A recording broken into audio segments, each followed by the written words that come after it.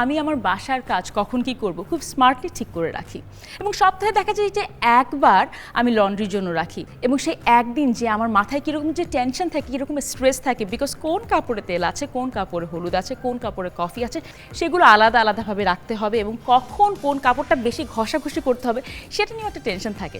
But আপনাদের যদি বলি ঘষাঘষির পার্টটা এখন চেঞ্জ হয়ে যাবে, আপনাদেরকে পরিচয় করে দেবো একটা ম্যাজিক্যাল মেশিনের সাথে, and that is Beko washing machine. Coffee, তেল বা কঠিন দাগ, নো চিন্তা, এই মেশিনের স্টেন এক্সপার্ট টেকনোলজি কাপড়ের দাগ সহজেই পরিষ্কার করে, সেটাই দেখাচ্ছি। লেটস সি কাপড়টা কতখানি ক্লিন হলো।